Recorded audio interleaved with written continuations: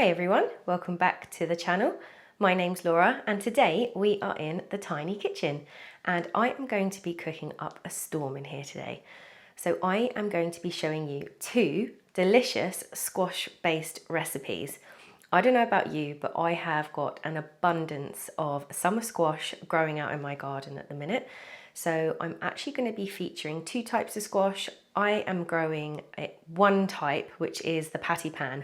But I know not all people will be able to kind of have access to these. So I also have picked a recipe that includes a more common type of squash, which is a courgette or a zucchini, depending on where you are in the world. But I'm super excited today because I'm actually going to be cooking a recipe that was recommended by one of the channel viewers, which is super exciting. So I wanted to say a big thank you to Robin.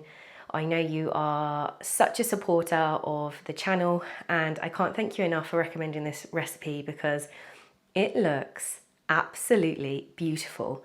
I know it's actually the second recipe that you've recommended to the channel and they both sounded so delicious. Because I have patty pans in an abundance at the minute coming out of the garden, I thought what better opportunity than to try your recipe today and make a Pattypan lasagna. But before we jump into the Pattypan lasagna, we are going to start with some courgette ricotta swirls. For the ricotta swirls, we are going to start by making a beautiful marinara sauce. And for the marinara sauce, I'm actually going to be using cherry tomatoes that I harvested from my garden there a couple of weeks ago. Any type of tomato will do, just cook it down kind of accordingly. So I'm going to pop in my tomatoes into my Kitchen Whiz Pro, or my Master Chopper 5000 as I like to call this machine. It's made by Sage, it comes with a load of attachments, and I actually think I chose the wrong attachment for this portion of the food prep, but not to worry, it still does the same thing.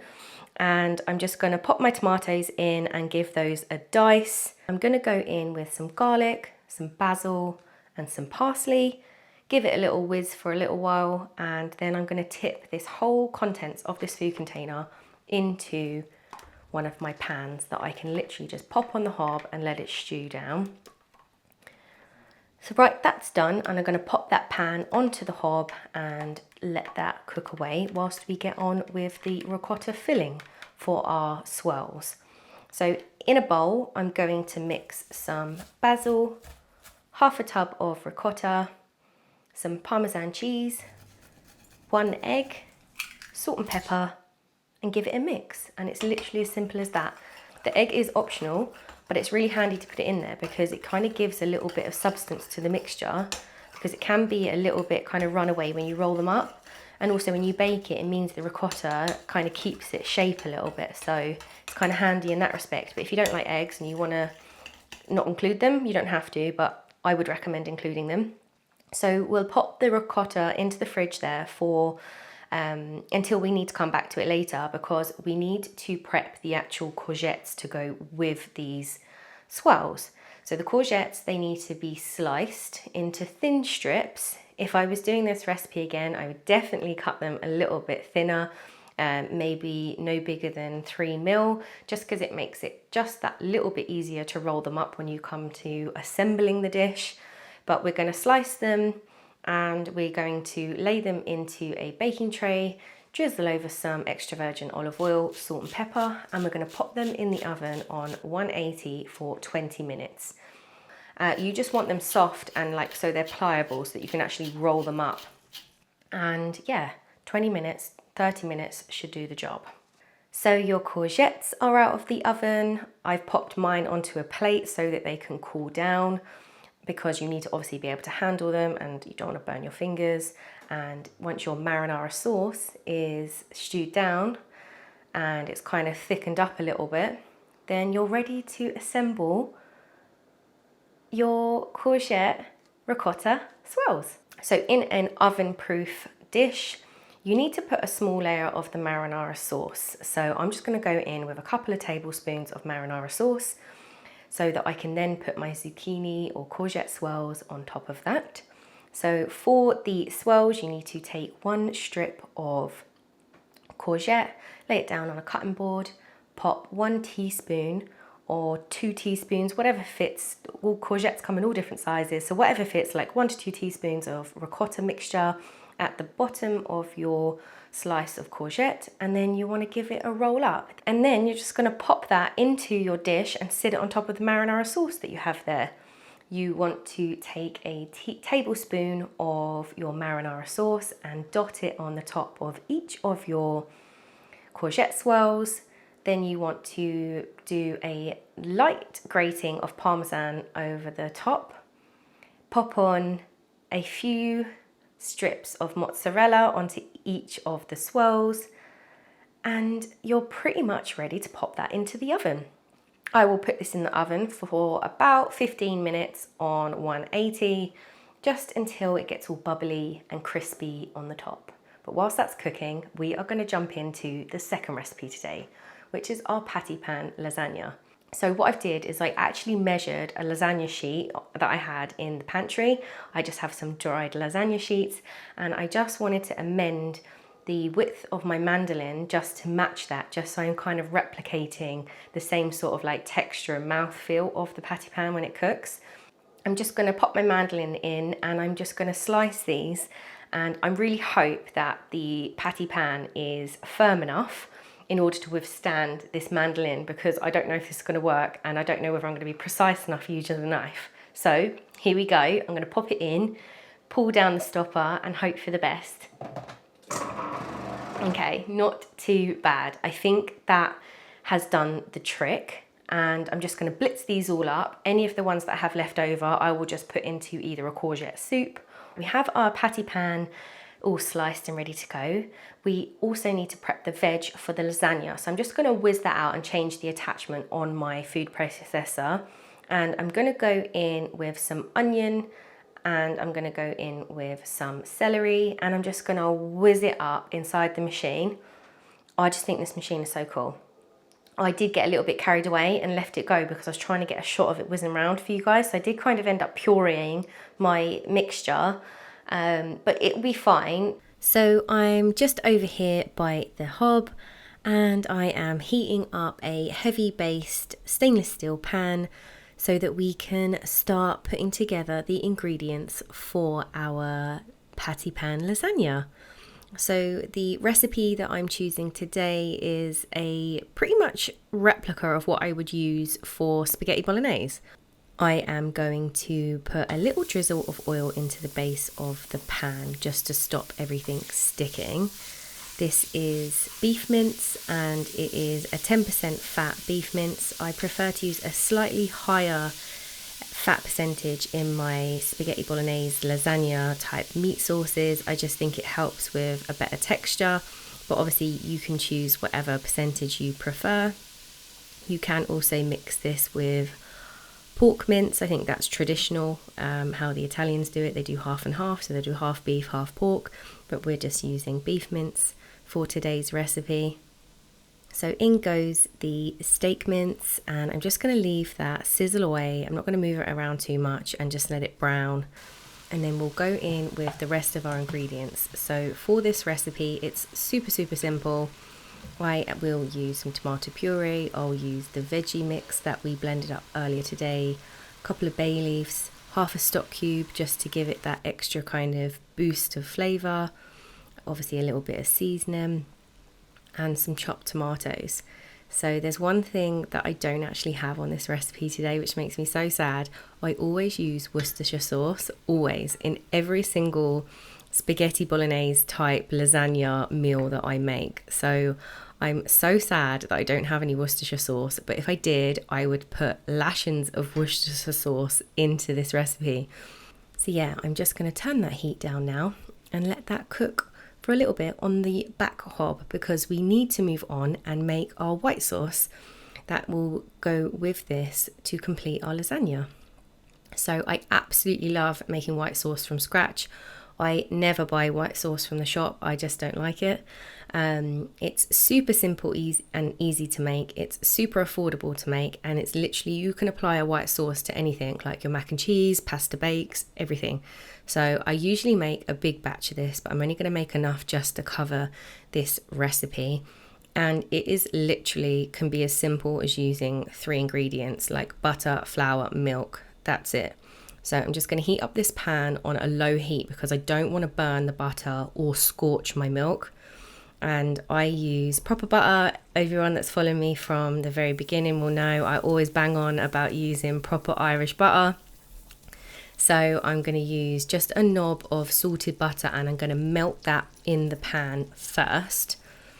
And then I will do sort of like equal parts butter to flour and then let it cook out for a little bit just to get that raw floury taste. It doesn't need to be a dark roux or anything like that. And then just add our milk bit by bit. So it's really important to keep it on a low heat, and you can also infuse your milk beforehand. So if you ever want to make like a special like white sauce, I love bread sauce at Christmas. So I would infuse my milk with like onion and I will stud it with some cloves, and then I will infuse that, like bring it up to temperature. And then when I go to make my white sauce, I'll use the infused milk to make the bread sauce. So yeah, maybe I'll show you that closer to the holidays. I'm gonna have to work fast now because this is gonna thicken up on me.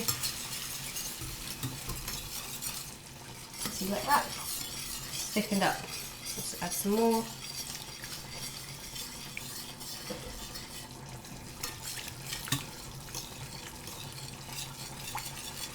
And just keep stirring it. You don't have to use a whisk. It's just I used all my spoons earlier, so I just use a whisk because I find it a bit easier. But you can use a wooden spoon and you just beat out the lumps as you add more. Like that, you get a perfect white sauce. Just keep adding your milk little by little. And that's it. Salt and pepper. So this is a really, really basic white sauce that I'm doing. But like that, you can jazz it up.